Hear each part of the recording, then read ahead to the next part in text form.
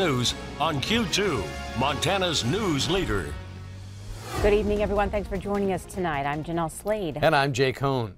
Criminal charges filed today against 3 former Trump campaign officials. Among those charged, one-time campaign chairman Paul Manafort, who today surrendered to the FBI.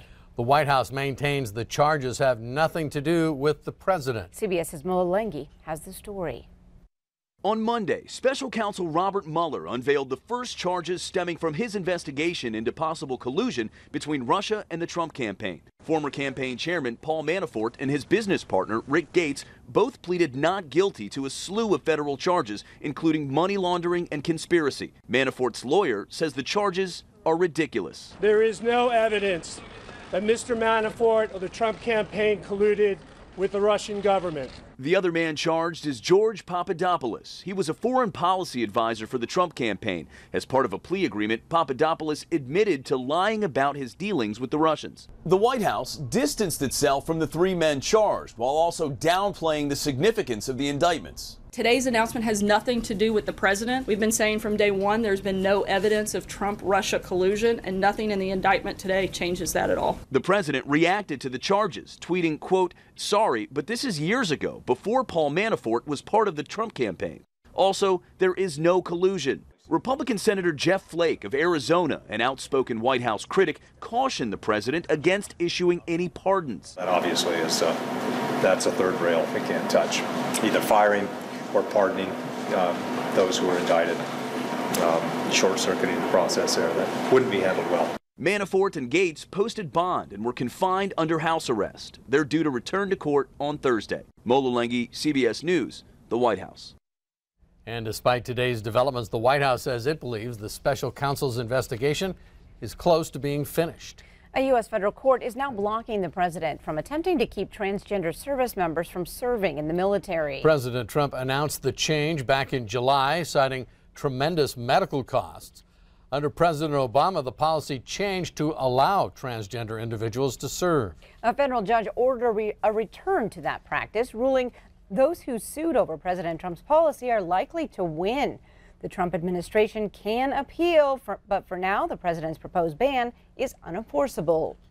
Army Sergeant Bo Bergdahl unexpectedly took the witness stand today during the 4th day of his sentencing hearing, and he apologized for his actions. The 31-year-old soldier faces life in prison for deserting his unit in Afghanistan in 2009 and endangering his comrades. Bergdahl described how he was tortured during his 5 years as a Taliban captive and that it still haunts him today. Monday's final witness for the prosecution was the wife of National Guard Master Sergeant Mark Allen, who was shot in the head and is now almost completely paralyzed and unable to speak. Olympic medalist, Miss Rodeo Montana, and a co-owner of the garbage disposal business in Butte, Judy Martz served a single term as Montana's only female governor. Martz, the state's 22nd governor, passed away today at the age of 74 following a battle with pancreatic cancer. A native of Big Timber, Martz competed as a speed skater in the 1964 Winter Olympics in Innsbruck, Austria. She competed in the 1,500-meter race.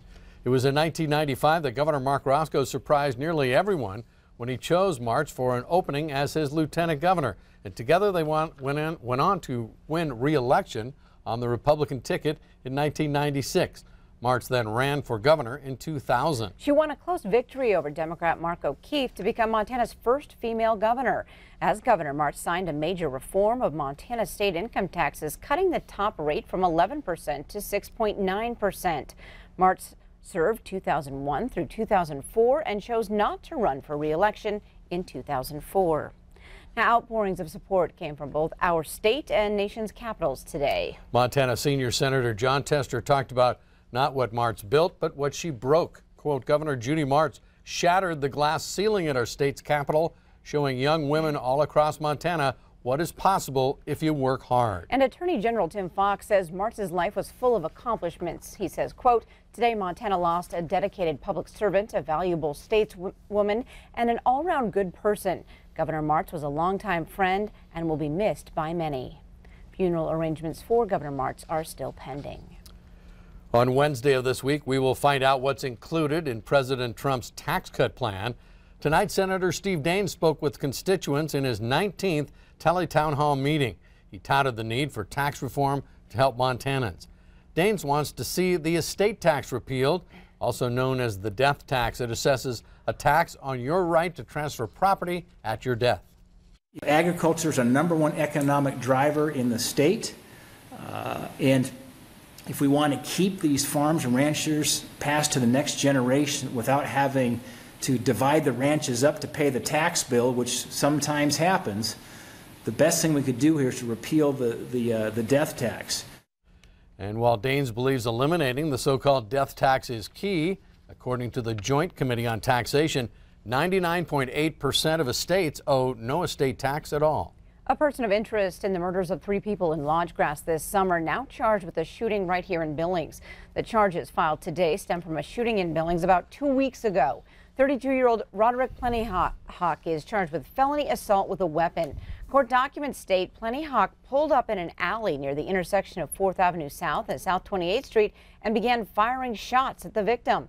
The male victim was struck in the leg and he took off running. The victim later told officers he was shot at again that night near the intersection of St. John's and 11th Street West. Now, Plentyhawk was the person of interest in the murders of 3 people at a home in Lodgegrass this summer. He has never been charged with the murders, and the FBI says the investigation is still ongoing. The house where the victims were killed was set on fire and burned to the ground just days later. Plentyhawk is in custody tonight at the Yellowstone County Jail. Early hunting results are in for the first 2 weekends of big game season in Montana, and compared to last year, they're a bit off. According to Montana Fish, Wildlife and Parks, the deer harvest running lower than last year.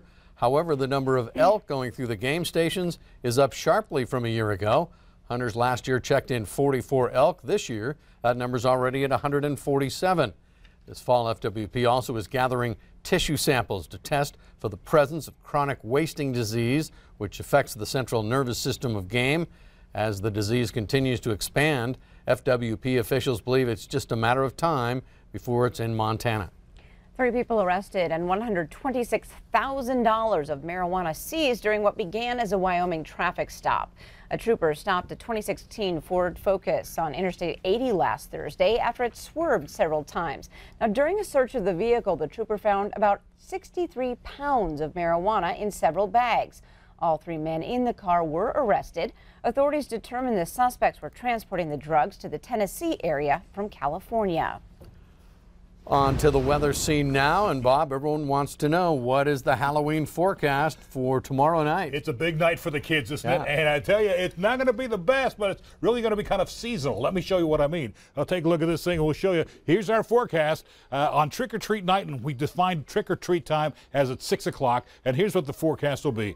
We are looking for basically kind of breezy conditions, partly cloudy skies, and about a 20% chance for rain. The temperature will be about 53 degrees. Now, we thought we wondering, you know, what the extremes for Halloween been. And as you can see, the warmest Halloween was in 1999. We had 76 degrees. The coldest was in 1984. We had 2 degrees for high. Almost had 1 inch of rain for the wettest. That was at 1974. And the snowiest was in 1973, where we had a little over 5 inches of snowfall on that day, Halloween. Our forecast for tomorrow, as we just told you, is going to be kind of wet and rainy. After that, we're looking for more snow. We'll chat about that in a few more minutes. All right. Thanks, Bob. Up next on your Q2 10 o'clock news, Montana's old prison still keeps one thing locked in its walls, more than 100 years of history. We'll take a look inside. And in sports, Scott has your latest edition of Game Changers with a rather unusual number 1. You're watching MTN News with Jay Cohn and Jeanelle Slade. Storm Tracker weather with Bob McGuire and sports with Scott Green.